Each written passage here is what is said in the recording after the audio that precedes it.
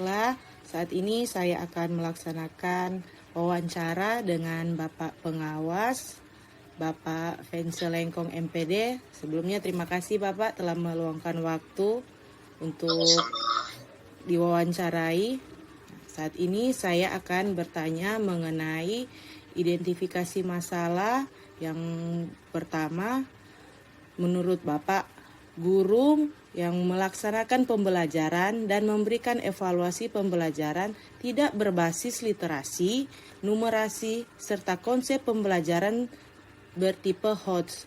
Menurut Bapak Pengawas, kira-kira penyebab masalah tersebut atau faktornya seperti apa, Pak? Oke, baik, terima kasih. Yang pertama, untuk guru yang tidak melaksanakan pembelajaran dengan literasi dan numerasi serta melaksanakan katakanlah penilaian tidak orientasi HOTS, begitu dia bermasalah. Iya Pak. Ya, untuk yang pertama, kenapa guru masih ada cenderung ya, tapi tidak semua guru juga yang tidak melaksanakan kegiatan pembelajaran yang literasi numerasi, tidak melaksanakan literasi. Hanya kalau mau dikatakan persentase juga tidak bisa diukur persentasenya berapa dan lingkupnya seperti apa. Yang pasti masih ada guru-guru yang tidak melaksanakan literasi numerasi dalam pembelajaran. Nah, analisis dari persoalan tersebut adalah yang pertama, tergantung guru itu sendiri. Yang pertama, apakah guru itu memang tidak memahami konsep literasi atau numerasi, atau yang kedua, memang enggan atau tidak mau untuk kreativitas dalam hal numerasi ataupun literasi. Yang kedua, kemungkinan sesuai dengan kondisi geografis di mana guru itu tempat bertugas, mungkin agak kurang informasi lah terhadap perkembangan yang ada untuk dunia pendidikan saat ini. Ada keengganan karena keterbatasan informasi dan pengetahuan yang dia miliki untuk melaksanakan literasi. Demikian juga dengan pembelajaran yang katakanlah keterampilan berpikir tingkat tinggi, HOTS, high conduct, disebabkan hampir sama juga seperti yang tadi, konsep pembelajaran HOTS itu tidak dipahami. Itu tidak dipahami oleh guru itu sendiri. Guru tidak mau katakanlah berkreasi, kreativitas untuk mungkin mengembangkan diri terkait dengan pembelajaran yang HOTS, sehingga melaksanakan kalau dia tidak paham. Kan seperti itu. Mungkin antara lain juga analisis masalahnya, tidak ada sumber-sumber belajar yang dia mungkin bisa akses, terbatas dengan teknologi karena kondisi geografis yang tidak memungkinkan hal itu. Tapi saya rasa kalau di kota, walaupun mungkin dalam pelaksanaannya tidak belum maksimal, tapi untuk pembelajaran HOTS itu mungkin tidak bisa diukur dengan presentasi, tapi sebagian guru juga melaksanakan walaupun mungkin dalam tahap yang katakanlah tingkatannya masih belum sepenuhnya HOTS, tapi sudah mengarah ke HOTS. Mungkin ini yang saya jelaskan terkait dengan literasi dan numerasi dan juga pembelajaran berorientasi HOTS. Terima kasih Pak. Untuk pertanyaan selanjutnya, menurut Pak Pengawas, guru yang kurang menguasai pembelajaran yang berbasis iptek, menurut Pak Pengawas, kira-kira penyebabnya seperti apa? Oke. Untuk guru yang mungkin melaksanakan pembelajaran tidak berbasis iptek, saya kira untuk saat ini kalau guru-guru yang katakanlah bertugas mungkin di akhir-akhir 5 tahun terakhir lah, 3 sampai saat ini itu rata-rata sudah punya kemampuan untuk melaksanakan pembelajaran berbasis misalnya iptek, ilmu pengetahuan teknologi, dengan menggunakan sarana prasarana yang ada. Terjadi adalah guru-guru yang memang mungkin katakanlah faktor usia, sehingga dari segi pribadi itu sudah agak enggan untuk sendiri memanfaatkan fasilitas teknologi informasi ataupun mengikuti perkembangan ilmu pengetahuan teknologi. Yang pertama. Kedua, kemungkinan dari segi sarana prasarana yang tidak menunjang, misalnya terbatasnya akses internet. Kedua, tidak memiliki perangkat, sehingga untuk melaksanakan hal tersebut kan harus didukung dengan perangkat-perangkat yang ada. Yang ketiga, guru itu tak mau berkembang lagi, melaksanakan pembelajaran yang biasa-biasa saja, tidak mengikuti perkembangan dunia pendidikan yang ada saat ini. Mungkin sederhananya seperti itu. Ya. Dan pertanyaan yang ketiga, guru yang menggunakan cara mengajar yang bersifat ceramah. Menurut Pak Pengawas, kira-kira guru yang melakukan pembelajaran bersifat ceramah itu faktor penyebabnya karena apa, Pak? Yang pertama, dari diri pribadi guru itu sendiri. Karena kalau namanya guru yang pasti misalnya lulusannya S1, secara khusus misalnya pendidikan PhD, pastikan selama pendidikan itu sudah mendapatkan bekal ilmu pengetahuan terkait model, metode, teknik pembelajaran, dan sebagainya. Jadi ketika dalam pelaksanaan pembelajaran hanya menggunakan metode ceramah, berarti guru yang bersangkutan boleh dikata yang pertama tidak mau mungkin melaksanakan pembelajaran secara kreatif, mungkin merasa lebih gampang ceramah saja sudah boleh.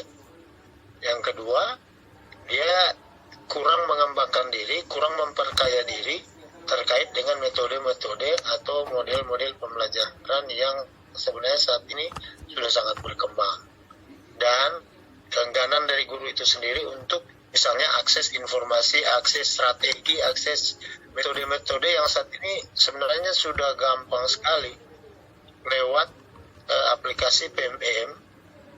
Itu strategi model-model pembelajaran juga sudah bisa kita katakanlah ambil contoh dalam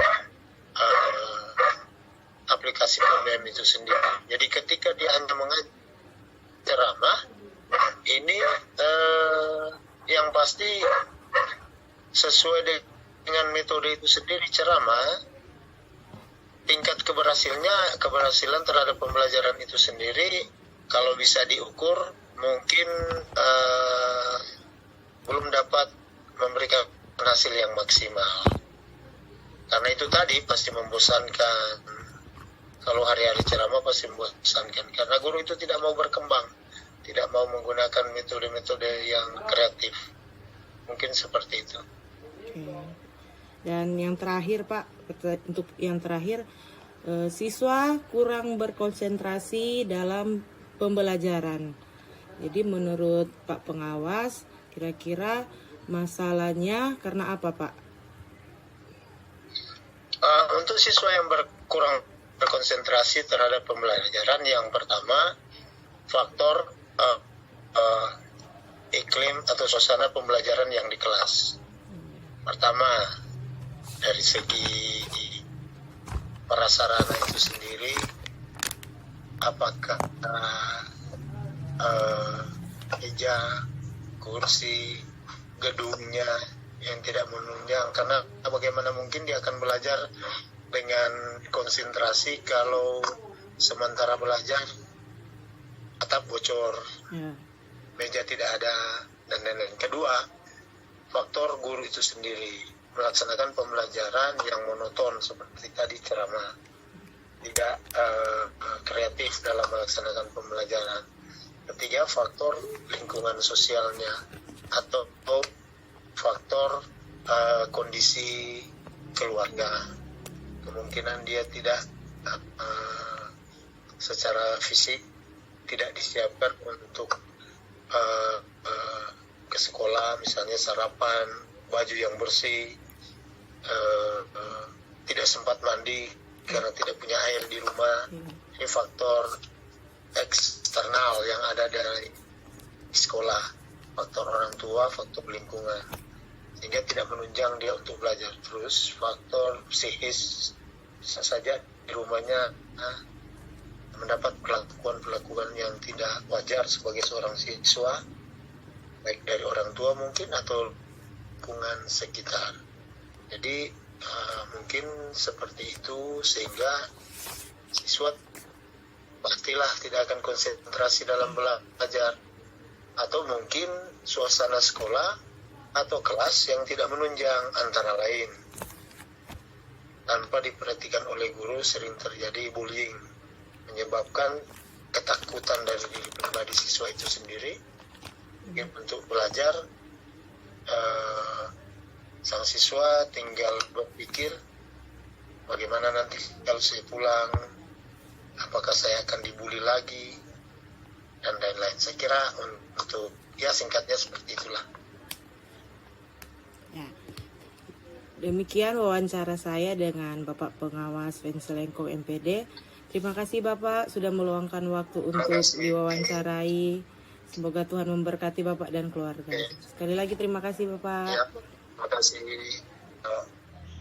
Saat ini saya akan melakukan wawancara dengan dosen atau pakar. Bersama saya Ibu Dr. Randa Yeti Mawara MHum selaku dosen pengajar di jurusan Antropologi Fispol Unsrat. Terima kasih Ibu telah bersedia untuk diwawancarai. Langsung saja Bu. Untuk pertanyaan yang pertama, kurangnya perhatian orang tua terkait perkembangan anak. Menurut Ibu dosen, kira-kira faktor penyebabnya karena apa, Bu? Oke, terima kasih. Jadi kita melihat bahwa ketika anak-anak itu tidak diperhatikan oleh orang tua, jadi penyebabnya mungkin karena orang tua terlalu sibuk, atau karena di dalam keluarga itu ada banyak bersaudara, kakak beradik, sehingga yang satu anak diperhatikan dan yang lain terabaikan.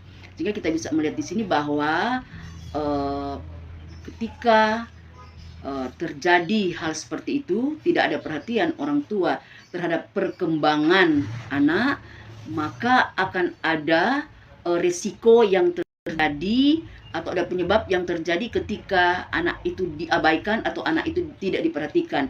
Misalnya di dalam rumah dia sering ganggu-ganggu kakak, atau sering ganggu orang yang ada di dalam rumah, atau sering berteriak, atau sering menangis. Itu biasanya karena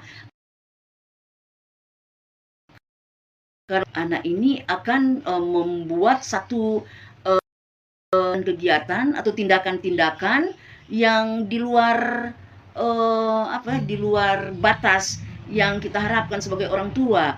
Pasti nih anak ini suka melempar barang, suka memukul teman, atau misalnya yang takutnya di sana risiko yang besar itu adalah jangan sampai dia suka mengambil barang orang lain, dia mencuri, karena di dalam rumah tidak ada perhatian dari orang tua. Sehingga di sini kita bisa melihat bahwa kita membangun karakter anak, membangun perilaku anak. Jadi janganlah sampai terjadi seperti itu. Jadi ketika anak-anak terabaikan, ketika anak-anak tidak diperhatikan oleh atau orang-orang yang ada di sekitar, maka hal-hal negatif itu akan berdampak pada perkembangan jiwa anak, gitu kan. Dalam ini pembentukan karakter, perilaku dari anak. Ketika sejak dia dari kecil dia mengalami hal seperti itu, maka dia pasti akan tidak peduli dengan lingkungan di sekitarnya. Karena di dalam rumah tidak ada kepedulian dari orang tua, sampai pertumbuhan anak ini tidak maksimal sesuai dengan kriteria gizi itu kan. Ketika gizi baik, maka perilaku anak dia akan pasti jadi pinter, jadi cerdas. Ketika asupan-asupan makanan yang diberikan kepada anak ini sejak dari kecil itu bagus, maka akan berpengaruh kepada anak ini. Tetapi ketika itu berbarengan dengan gizi buruk, orang tua tidak perhatikan, itu kan, atau anak ini sifatnya meniru apa yang dibuat oleh orang tua di rumah, itu yang anak lakukan. Jadi itulah yang kita bisa melihat faktor-faktor negatif yang kita temui ketika anak-anak kita kurang mendapat perhatian dari orang tua. Mungkin seperti itu. Dan untuk pertanyaan selanjutnya terkait tempat tinggal jauh dengan sekolah. Menurut Ibu dosen, kira-kira dampaknya karena apa, Bu? Jadi tempat tinggal jauh dari sekolah, orang tua dia misalnya kasih sekolah anak di atau jauh dari tempat tinggalnya, mungkin karena ada sekolah yang ada di sekitar, tetapi dia memiliki satu persyaratan. Itu kan ada syarat-syarat dari sekolah ini, dia mesti apalagi kalau sekolah swasta kan. Jadi misalnya yang ada di sekitar tempat tinggal ini, anak ini adalah sekolah-sekolah swasta yang biaya sekolahnya itu sangat mahal, sehingga orang tua ini apalagi di bawah rata-rata pasti dia mau cari sekolah yang murah, ataupun sekolah yang mungkin tidak membayar atau sekolah gratis, jadi tidak membayar biaya apapun, tidak ada biaya apapun, sehingga orang tua dia mencari sekolah seperti itu daripada anaknya tidak bersekolah, tidak mendapat pendidikan yang formal. Maka jalan satu-satunya itu dia harus sekolahkan anaknya di tempat yang jauh dari lokasi. Dan untuk pertanyaan yang terakhir terkait komunikasi antara orang tua, siswa, dan guru kurang terjalin dengan baik. Menurut Ibu dosen, kira-kira penyebabnya karena apa? Jadi mungkin kita lihat di sini bahwa ketika hubungan komunikasi orang tua dan guru itu terjalin dengan tidak baik atau kurang baik, seharusnya di sini guru dan orang tua. Jadi guru dan orang tua ini harus aktif. Jadi harus aktif ketika misalnya ada masalah dengan anak-anak, itu kan, anak-anak di rumah, orang tua harus aktif untuk menyampaikan kepada guru, gitu kan. Menyampaikan kepada guru bahwa anaknya di rumah dia misalnya ketika orang tua mau suruh datang di sekolah, dia tidak mau pergi sekolah. Itu terang cari tahu latar belakangnya kenapa. Mungkin misalnya di sekolah anak ini juga ada masalah. Anak ini ada masalah di sekolah, tetapi guru juga tidak tahu. Mungkin dia dengan temannya ada yang dikibuli oleh temannya atau dipukul, gitu kan. Tetapi anak ini takut untuk menyampaikan kepada guru, gitu kan. Sehingga di sini kita bisa melihat orang tua, gitu kan. Orang tua juga dia pasif, dia tinggal diam, gitu kan. Ada anak yang anaknya mengalami hal seperti itu di sekolah, dia hanya masa bodoh. Dia tidak mencari tahu kepada guru. Jadi sehingga di sini kita bisa melihat hubungan antara guru dengan orang tua itu komunikasinya berjalan kurang baik, karena di sini kita bisa melihat bahwa antara guru dan orang tua ini tidak ada saling komunikasi, tidak saling membangun komunikasi. Ketika anak ini ketika guru atau sekolah menerima anak ini di sekolahnya, dan ketika orang tua ini membawa anaknya di sekolah, dia cuma datang, pokoknya kita anak sekolah, mendaftar, sekolah di sini, oke, sudah sekolah tahu sama itu, gitu kan. Jadi sehingga kita bisa melihat peran orang tua, peran guru harus aktif dua-dua supaya dapat membangun karakter anak. Ketika anak di rumah dia misalnya mengalami masalah di sekolah karena ada hal-hal seperti yang sudah tadi saya sampaikan, di sekolah dikebuli, dipukul, atau misalnya dia takut mau datang di sekolah karena guru kasih PR, misalnya dia nak baking, karena kalau dia nak baking ini PR pasti mau dapat pukul, ada sanksi, bukan mau dapat pukul, tapi di sekolah itu pasti akan ada sanksi. Kalau nak baking PR itu akan mau kasih apa, dia mau berdiri di muka kelas kah. Jadi di situ kalau berdiri di muka kelas pasti mental anak ini akan terganggu kan Kang. Dia pasti malu karena dia nak bikin PR, dia dihukum oleh guru kelas. Jadi sehingga kita bisa melihat di sini ternyata harus saling membangun komunikasi antara guru dan orang tua dalam hal ini untuk membentuk karakter. Jadi membentuk karakter si anak. Bagaimana ada masalah di sekolah, guru harus sampaikan ke orang tua. Begitu juga orang tua ketika ada masalah anak di rumah, sampaikan juga ke guru, supaya di sini kita bisa melihat terbangun komunikasi. Tuh, demikian mungkin, terima kasih. Sekian wawancara saya dengan Bu Dr. Randa Yogi Fispol Unsrat. Terima kasih Ibu sudah bersedia untuk diwawancarai.